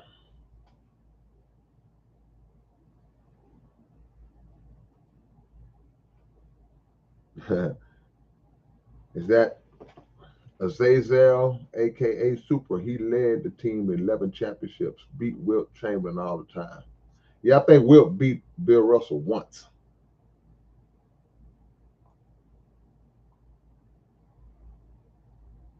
One time. Yeah, man, y'all stop hanging around losers, man. Because losers frustrate people with a winning mentality. I play basketball. I get frustrated when I play with guys that don't want to win or don't show the heart to win. And that's in anything. You get frustrated. It's like, man, what's wrong with you? Why are you even out here? If you ain't playing the game to win, don't play it, period.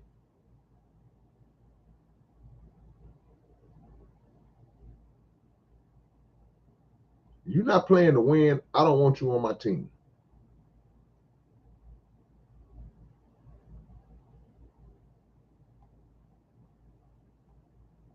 You should want losers on your team. Appreciate PTPCO. I appreciate the love, man. Appreciate the donation, my brother. Thank you, man.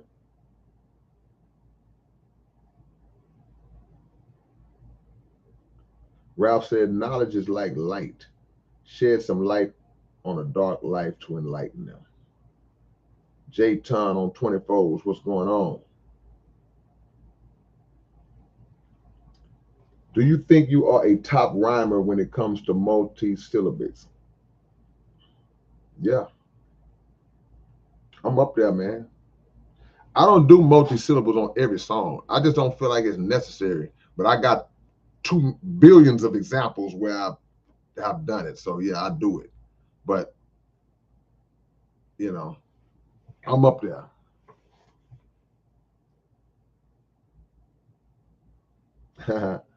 Appreciate your found face. Space City Cowboy. What's my personal best game? What you mean? My best game on the court? Oh, I don't know, man. I'm a hood hooper, man. I don't keep stats. I couldn't tell you. At one time I hit 68 points and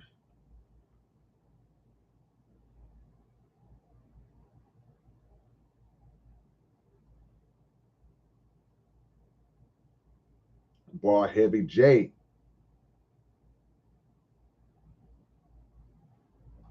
I have orbs in here all the time, KO. Sometimes it's dust. Sometimes they're perfectly circular, so people will say, "Oh man, that's an orb." I've been having orbs since I've been doing videos, but I don't know if it's an orb. Maybe it's a perfectly circular dust molecule. I don't know. Hey man, y'all drop y'all locations. Drop your location. Let me shout y'all out. Daniel Baker is in the building. Appreciate the love. We shout y'all out, man. Give y'all some love. Blah Blah's in Hungary. KS and Temple. What up, Osita? Waco. I did a couple of reactions myself, Paul. I see why they be stopping. I don't stop a lot. I don't like to watch reactions where they stop too much either, but I get it. Drought, Texas.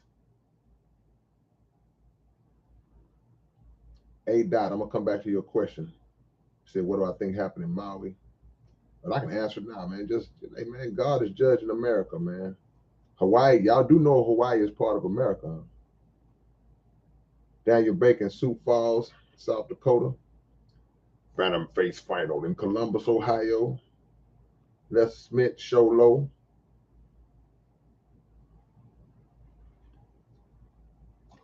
Bought Heavy out there in Beham. Anamonarchy in Ontario. Short Bus in Omaha. Jay in San Diego. Man. Anahuac.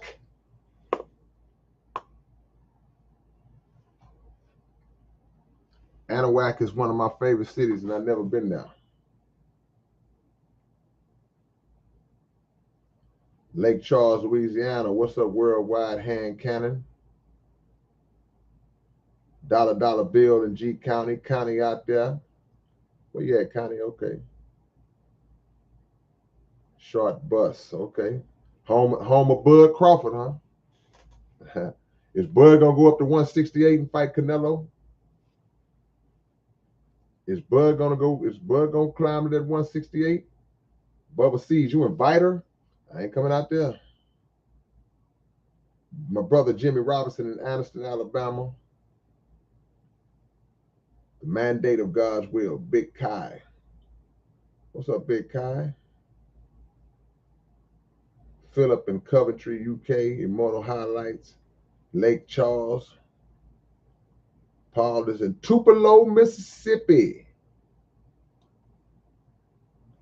Baby G in Decatur, Texas. Grew up in Waco. 704 Joe, Dallas, Texas in the building. D-Town. Oh, yeah, Connie say, pray for us. I'm in San Diego waiting for Hillary. They named that storm after Hillary Clinton. The wicked witch Hillary Clinton. That's what they named that storm after. Hey, man, y'all be safe, man. Look, we live in hurricane country down here where we are. I know it's an unusual thing for y'all to get that kind of weather out there. But we in that time, man.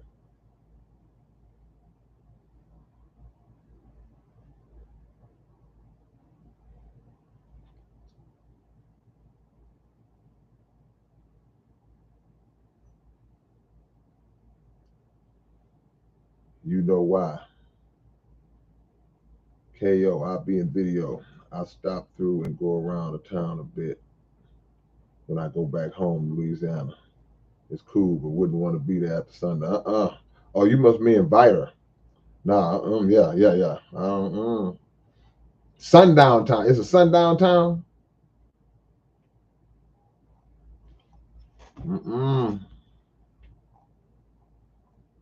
Hey, Jimmy, how far are you from Montgomery, Alabama? I know when that little brawl popped off out there, I know Alabama was on fire talking about that because I know the rest of the world was. Paul Sample says the birthplace of Elvis. My dad was in ISS with him, the school for bad kids. I can believe Elvis was in the bad school. Elvis was a hero the most. Oh, about 45. Okay, well, you 40. Bar Heavy's 45, so you right up the street. Jimmy, you live further. Okay. What up, Tim? Colorado Springs in the building. Say Vita's not as bad as people make it, at least not now. Well, you know, it's crazy, boy. A reputation lasts forever, boy. Elvis was a hero the most, but he never meant shh to me. Hold on. Let me say, yes, it is. Say Vita not as bad as people make it. Jazz say, yes, it is. Hold on, wait a minute now. You got the Vita you see and the Vita you don't see. That Mexican OT, what do you think about his flow? You know what? I'm gonna be honest with you, Joe. I have heard a lot about that Mexican OT. That's his name, y'all. That's his rap name. His whole rap name is That Mexican OT. But I honestly I have not heard none of his music. I have not heard one song, bro. But I know his name is popping. I know he getting it right now. He really doing his name is really popping right now. But I couldn't tell you an opinion about his music. Mother boop him and John Wayne. I just heard something new about John Wayne today. Right before I got on this live, I heard something about what John Wayne did at the Oscar Awards in 1973, right? That was a Native American lady. Forgot her name, but she was asked to come and accept an award on behalf of Marlon Brando. Y'all don't know who Marlon Brando is. He's an old actor from back in the 50s and 60s and 70s. Marlon Brando is the godfather for modern day people who might not know. The man who played uh, the big boss Corleone, the godfather in the movie, that's Marlon Brando, right? But before that, when he was young, he played in a lot of cowboy movies. I watch a lot of old cowboy westerns and all. I'm into that, right? Marlon Brando is one of the like iconic actors of all time, right? So for whatever reason, he got this lady to accept this award at the Oscars on his behalf, but she was a Native American. And in the speech, she was speaking about some of the injustices that have been carried out against Native American people by Hollywood.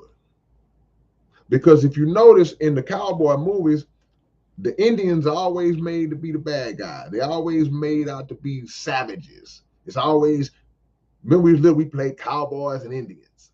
The Indians was always the bad guy. They always couldn't, they made them out to be savage, just like they did African people in movies. When Tarzan, the King of the Jungle, this white dude in the middle of Africa controlling everything, and all the black people are savages and dumb, right?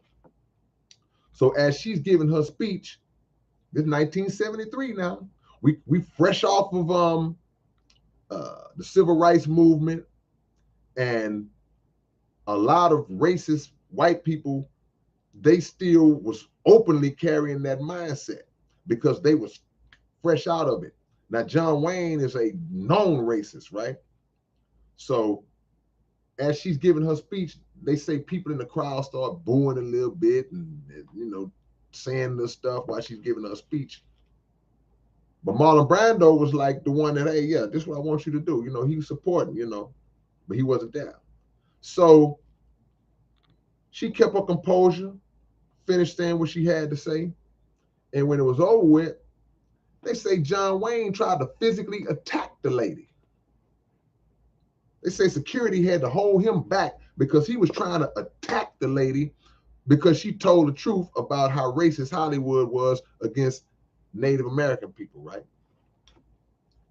Then they said Clint Eastwood, they asked him about it. He started cracking jokes about it.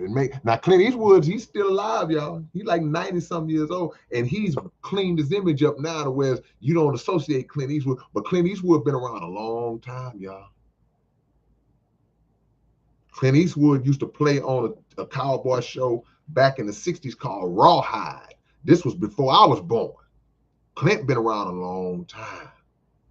So he got a lot of old racist views in him too. But now the fact that he's still alive and up until this modern day, he don't come off like that.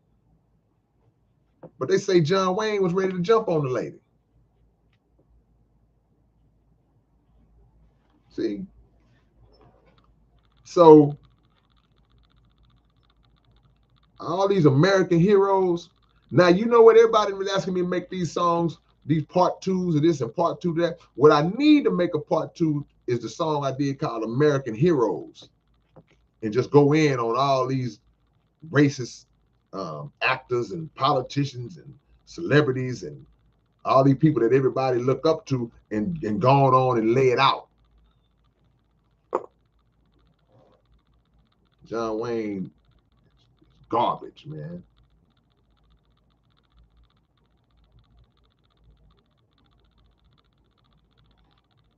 Mm-hmm.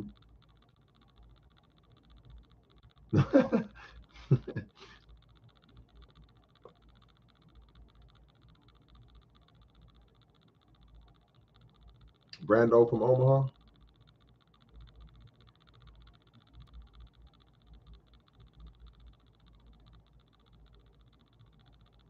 Michelle, you saw the speech? I got to go look it up. I just heard about this today. I didn't know nothing about it. And they're going to bring her back. They just said that they're going to bring her back this year and honor her, right? Because she's still alive. So she's going to come back. John Wayne trying to jump on the lady. Well, I tell you. I don't mismanage, panic, or lose. Kick you across the Atlantic with a pair of handcrafted mechanical shoes. My manic moves left understanding confused. See, I didn't catch that one. My appetite is so gigantic and huge, I use whole planets for food. Come on, man. Who wrote that? Who said that?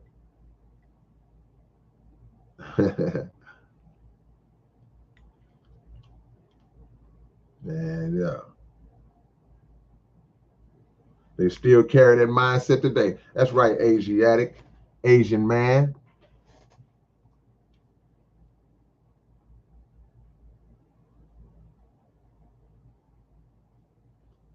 Let me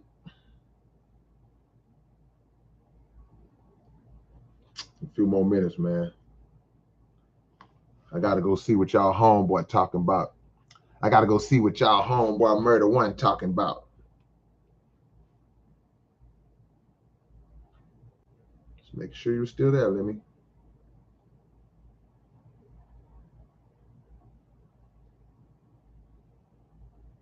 You got a Brando story? I want to hear it. Now, don't get me wrong. I ain't saying Brando was no angel now. But I give him props for just giving that sister that platform. And I give her props for having the courage to stand up there and say that. Because y'all think the Oscars is racist now. Remember a couple of years ago, black actors was complaining that the Oscars was racist. Black people don't get no Academy Awards and all this stuff. And this was a couple of years ago. If y'all think the Oscars are racist now, imagine 50 years ago, 60 years ago. See, imagine 70, 80 years ago. Back when I think Hattie McDaniel might have been the first black actor to win an Oscar back in the 40s, I think. And then maybe nobody else won it. I'm going off memory. Y'all can fact check me. Nobody else won it after that. I think until Sidney Poitier might have won it. Sidney Poitier won it, but I think he was the second one to win it. Come on, man. Yes, sir. Yeah, the video shoot, KO. I'm already late. They started at 6:30, but they ain't gonna start on time. So I'll be good. I'm right down the street.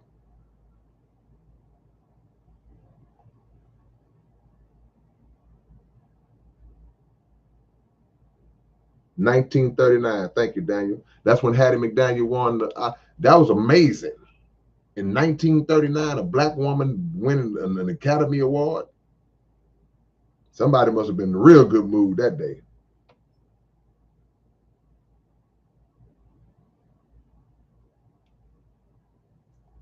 See, that was amazing. But the point is that by 1973, a lot of those same racist actors, they were still around. John Wayne was making movies in the 30s. By the 70s, he was still around. The early 70s. He checked out in like 2 or 3 years later after he tried to jump on that woman. By 75, 76, he was gone. So your values and views don't just magically change because they change a law. See, a law can change that will make people not do some of the stuff that they was doing before the law, but that don't mean that they all of a sudden their minds have had this beautiful transformation. They just keep it concealed until the right moment.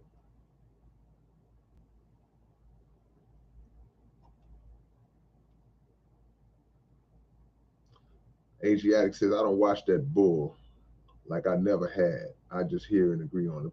Yeah, I mean, I never watched the Oscars and Academy Award. I was never into that. Now I would watch the Grammys. I would watch the music stuff, especially back when I was young, just getting into music. Michael Jackson and Prince and all of them would be on there winning all the awards. I just love to see black folks get up there and just be great.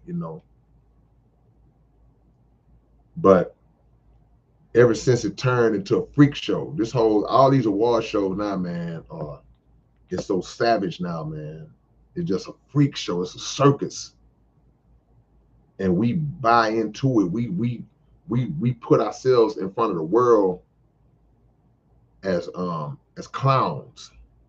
We don't care. We don't care what we do. We have no shame in our behavior in front of the whole world, and that makes it hard to project positivity and to teach our young people the way to act when all they got to do is look on TV or get online and see the celebrities acting like savages, because now they have more of attraction to want to act like that than to want to listen to the right way to go. It's hard.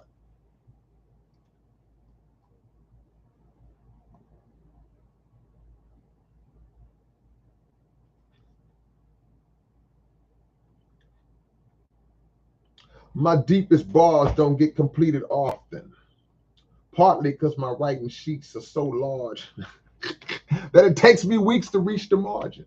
Who said that? What song did I say that on? I've been saying that it's time to create our own award shows. Quay said, to hell with Hollywood.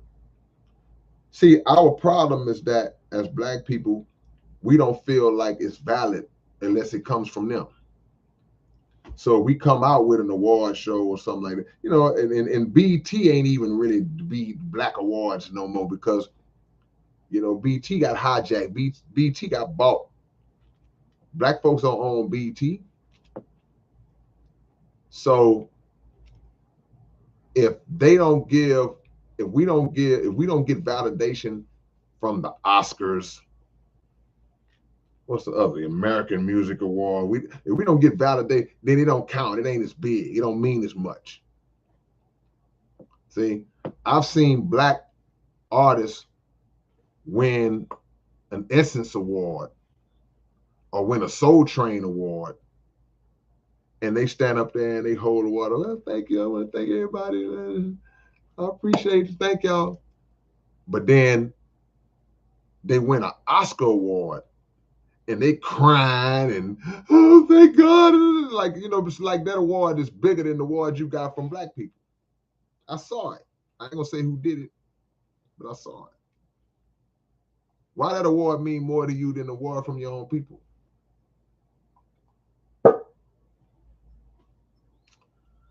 All right, man. I'm gonna let y'all make it, man. It's your big brother K-Rino. Look again. Oh my bad. Let me cut this off. Too much light. Man, it's too dark. Y'all can see that though. Y'all go subscribe right now. Go subscribe right now. New episode drops this week.